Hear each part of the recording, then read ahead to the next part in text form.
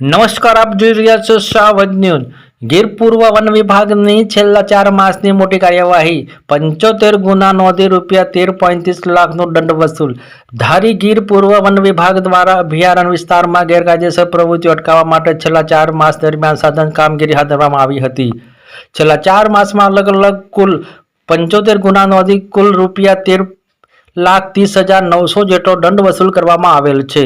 ગીર પૂર્વ વન વિભાગ દ્વારા સ્પષ્ટ સંદેશ આપવામાં આવ્યો છે કે સિંહ કે અન્ય વન્ય પ્રાણીઓની પજવણી, ગેરકાયદેસર શિકાર, અભયારણ્યના પ્રતિબંધિત વિસ્તારમાં અનધિકૃત પ્રવેશ તેમજ વન સંપત્તિની ગેરકાયદેસર હેરફેર જેવી પ્રવૃત્તિઓ કોઈપણ સંજોગોમાં ચલાવી લેવામાં આવશે નહીં। વન વિભાગ દ્વારા જાહેર જનતાને અપીલ પણ કરવામાં આવી છે કે આપને આસપાસ કોઈ વ્યક્તિ વન્યજીવ સંબંધિત ગેરકાયદેસર પ્રવૃત્તિ કરતો જોવા મળે તો તાત્કાલિક નજીકની વન વિભાગની કચેરીએ જાણ કરવી। સોશિયલ મીડિયા પર સિંહની પજવણી કે શિકારના વિડીયો મળે તો તેની માહિતી પણ વન વિભાગને આપવા વિનંતી કરવામાં આવી છે।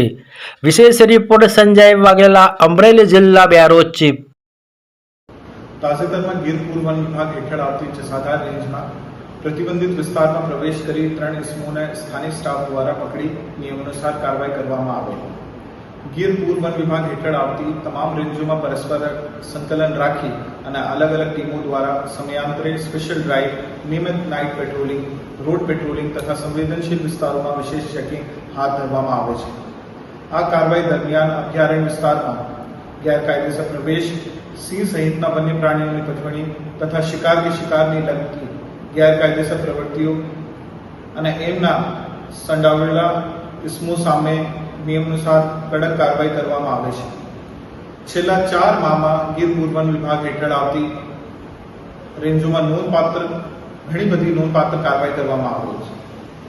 ગીર પ્રતિબંધિત વિસ્તારમાં પ્રવેશના 38 ગુનાઓ નોંધવામાં આવે છે, જેમાં સંબંધિત ગુનાઓમાં નિયમાનુસાર કાર્યવાહી કરી અંદાજે 7,76,000નો દંડ કરવામાં આવ્યો છે।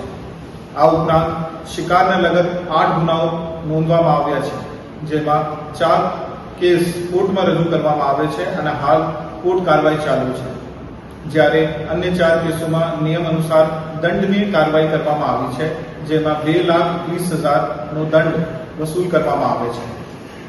વન વિભાગની જરૂરી પરવાનગી તથા માન્ય ટ્રાન્ઝિટ પાસ વગેરે લાકડાની ગેરકાયદેસર હેરફેર કરનારો સામે પણ કડક કાર્યવાહી કરવામાં આવે છે।